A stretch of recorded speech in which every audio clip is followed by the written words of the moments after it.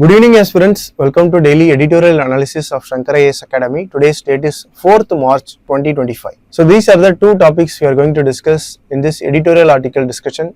The first topic is about the increasing obesity in India, what are the important facts about it and what are the challenges and measures taken. The next article is about the Ukraine war and what are the crises about this Ukraine war and what are the disagreements between the European nations about this Ukraine. So these are the two important editorial articles we are going to see in this video. Now let us get into the discussion.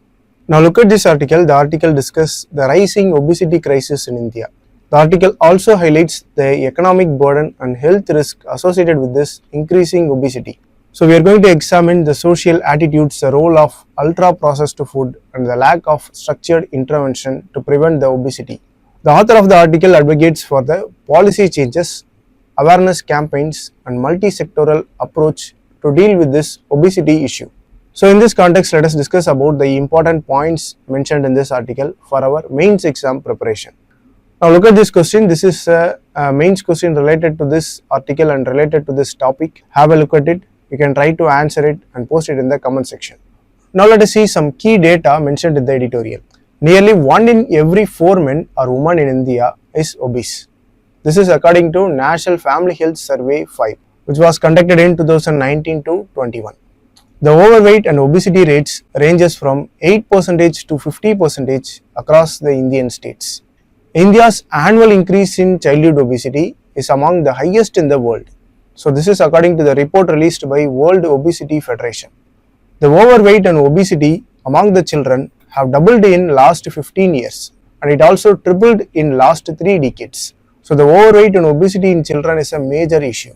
Now according to the study conducted by Indian Council of Medical Research in 2023, among Indian adults who are above 20 years, 35 crore have abdominal obesity, 25 crore have generalized obesity and 21 crore have high cholesterol levels. So this is according to the ICMR study.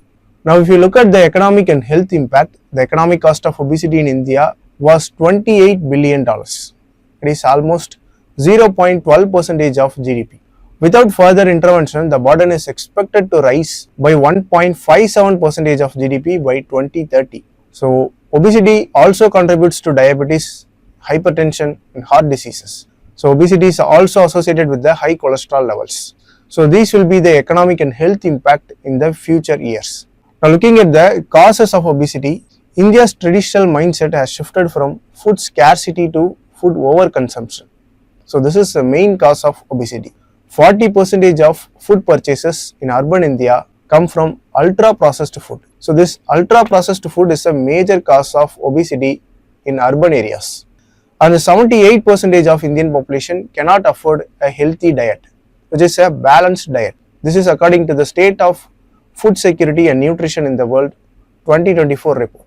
So 78% of Indian population just eats but cannot afford a balanced diet. Balanced diet means a diet which consists of carbohydrates, proteins and fiber. So 78% of Indian population cannot afford a balanced or healthy diet. Now what is obesity and overweight? According to World Health Organization, obesity is defined as an abnormal or excessive fat accumulation which presents a health risk. Now overweight is defined as having a more body weight which is considered healthy for a given weight.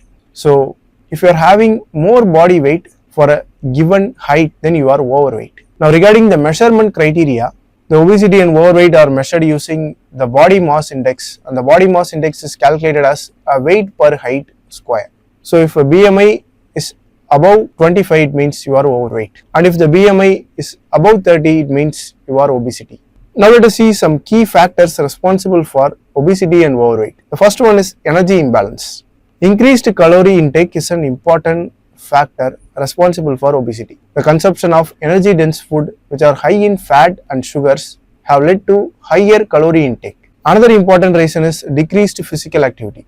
Urbanization and changes in work patterns have led to more sedentary lifestyle, and this has reduced overall physical activity levels. Next, about the environmental and lifestyle factors. The rapid urban development has influenced the dietary habits and reduced opportunities for physical activity. So the urban areas are consuming more ultra processed food And increased income levels have led to lifestyle changes which lead to higher consumption of processed food. Next, about the socio-cultural factors. The shift from traditional diets to those rich in processed food have also increased the obesity rates. In some communities, the higher body weight is associated with prosperity, so this influences the attitude toward a wrong body image. So social cultural factors are also an important contribution for obesity. Now let us see some government initiatives for controlling the obesity. National Program for Prevention and Control of Non-Communicable Disease. It focuses on preventing and controlling the non-communicable disease, and obesity is also a non-communicable disease. Rashtriya Kishore Swasthya Karyakaram. So this scheme addresses the adolescent health by providing nutritional awareness and services in order to prevent the non-communicable disease.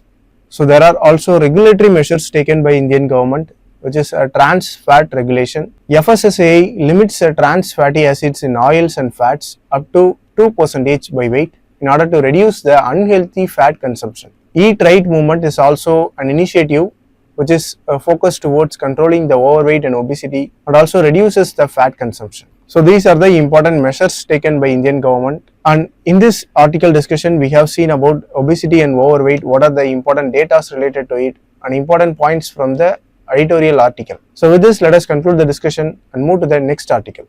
Now look at this article.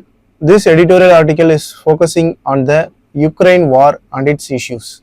So it focuses on the security concern, economic stability and geopolitical alliances associated with this Ukraine-Russia war. So in this context, let us discuss about the current crisis associated with the Ukraine. Now what are the challenges in Europe's response to Ukraine crisis? So this is what this editorial article is about, and we are going to divide the points and look at it one by one. First, about the financial and military support challenges. See, the European nations have pledged to give billions of euros in military aid to Ukraine. So the European nations decided to give advanced weaponry, tanks and missile defense system for Ukraine to fight against Russia.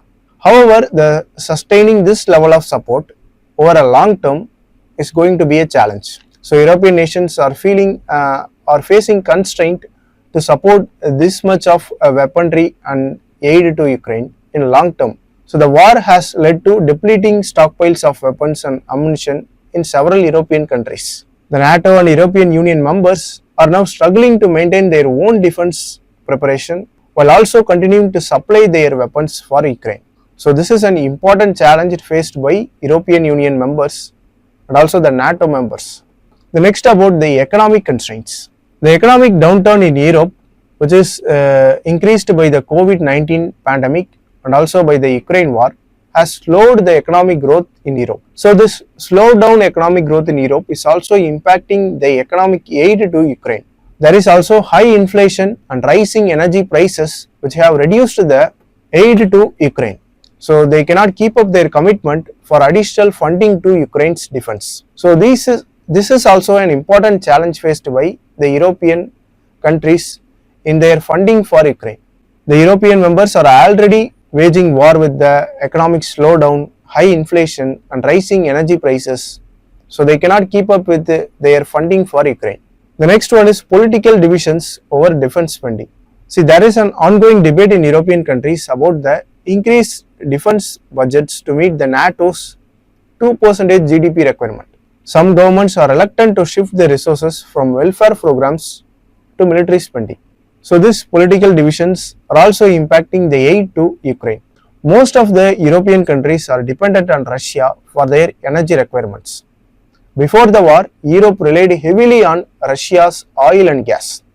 After the war, they are forced to diversify their energy resources and to buy the high cost energy resources from other countries. So they cannot get the cheaper oil and gas from Russia anymore. For example, Germany, previously dependent on Russian gas, had to rapidly expand the LNG import terminals. So the European Union members are considering about buying the gas and oil from Russia, which is cheaper than other countries. The next, about the supply chain vulnerability.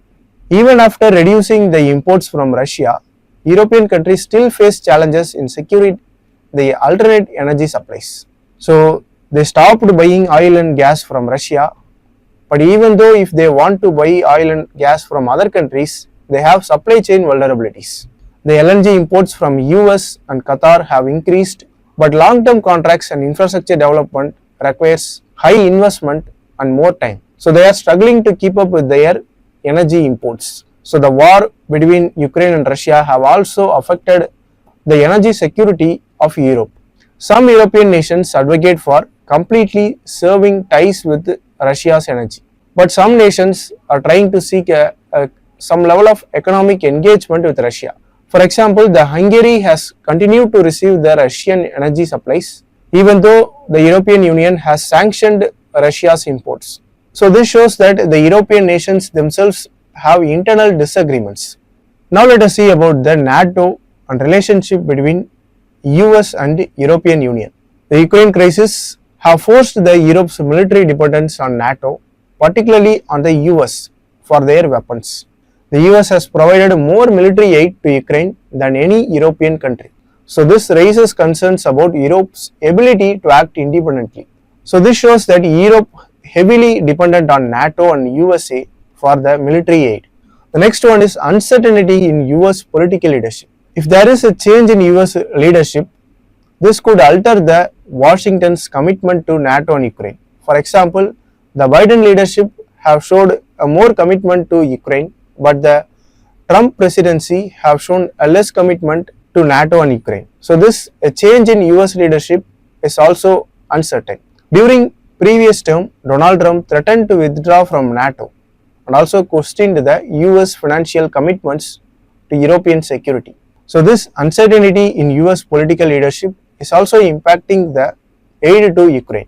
So this is all about the editorial article discussion. Europe faces a complex and balancing act in supporting the Ukraine, but they also need to manage their own economic and security interest. So with this, let us conclude the discussion. Now we have come to the end of the discussion. If you like the video, please share it with your friends and don't forget to subscribe to Shankar IAS Academy YouTube channel. Thank you for watching.